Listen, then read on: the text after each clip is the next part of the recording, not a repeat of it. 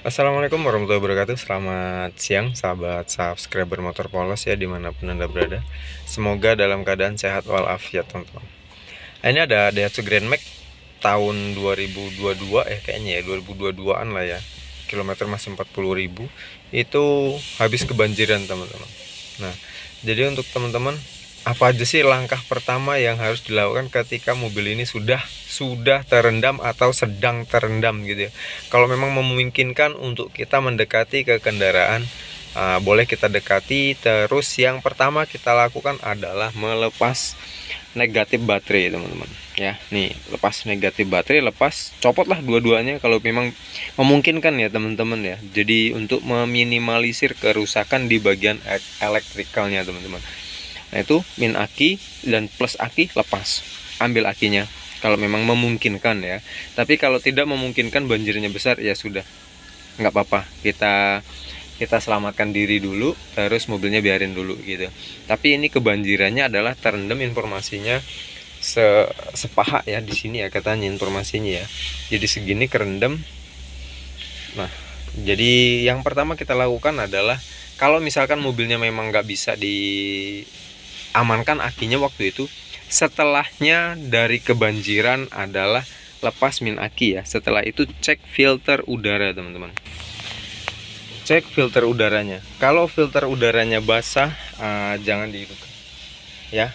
Cek filter udaranya. Ini filter udaranya kemarin basah. Nah, ini basah ya. Ini basah, kita ganti filter udaranya karena ini kerendam. Jadi semuanya kerendam. Terus setelah itu cek oli mesin. Nah, oli mesinnya cek. Kemarin ini oli mesinnya sampai keluar air dari sini ya, dari lubangnya ini. Ini keluar air teman-teman. Jadi si oli ini sudah kecampur air gitu. Nah, terus yang kedua, lepas intake teman-teman. Jadi mobilnya jangan sekali-sekali di starter. Lepas intake, pastikan di dalam intake ini tidak ada air. Nah ya, yang kedua lepas busi, terus lepas knalpot teman-teman. Lepas knalpot, keringkan ya. Nah udah, kalau di dalamnya sudah kering aman, boleh dipasangin. Terus dilihat bagian dari lepas intake tadi kan, mekanisme klep kelihatan tuh, mekanisme katup kelihatan, dikeringin. Jadi diusahakan kering dulu semuanya, di semua klep kering, nggak ada air ya. Terus tangki bahan bakar teman-teman, tangki bahan bakar dicek, turunin, dicek ada airnya atau tidak. Kalau memang ada airnya, kuras, ganti, bersihkan filter sekaligus motor minyaknya, fuel pumpnya ya, dibersihkan, dibuang airnya. Kalau memang perlu diganti. Kalau memang mau diukur tahanannya, bisa diukur ya teman-teman ya, 5-9 ohm itu tahanan dari motornya. Yang kedua, kalau tangki bensin sudah dibersihkan, yang kedua, buka fuse blocknya. Fuse blocknya itu dibuka, dibersihkan ya. Terus udah dibersihkan, udah kering, terus ke fuse lagi nih, fuse relay ini. Lihat bekas kebanjiran tuh, ini nggak apa-apa, ini udah dikeringin semua ya, udah dicopot, keringin, diperiksain semua. Karena kalau ini belum dikeringin, kita belum berani menghidupkan ya teman-teman ya. Nah terus, nah ini kita coba hidupkan dulu nih.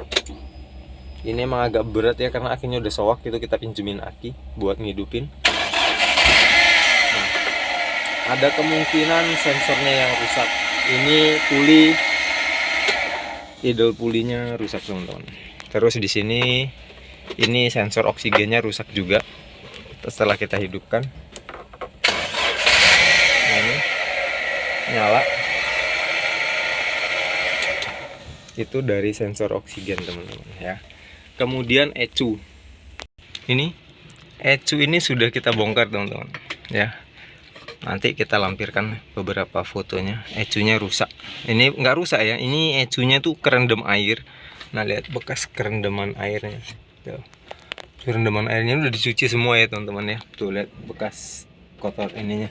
Ini belum kecuci nih tuh, lumpurnya. Terus busi ECU udah dibersihkan ya, ECU bersihkan. Terus businya kita ganti, karena businya mati teman-teman. Nah ini kita bersihkan, lihat ini masih ada beberapa ya, lihat kotorannya, ini kerendam Ini udah kita bersihkan, udah kita keringkan. Sama sensor oksigen ini nih, ini rusak karena kerendam air dia. Kita terus baru bisa dicek hidupkan. Ini pun masih nunggu idle bearing ya, idle pulinya itu. Jadi baru bisa dihidupkan. Nah itu ya teman-teman ya, kemungkinan-kemungkinan yang terjadi ketika setelah kebanjiran mobilnya kerendam. Sebenarnya nggak masalah mobil bekas banjir, yang penting penanganannya benar dan tepat ya teman-teman ya. Oke teman-teman, itu aja, semoga bermanfaat. Assalamualaikum warahmatullahi wabarakatuh.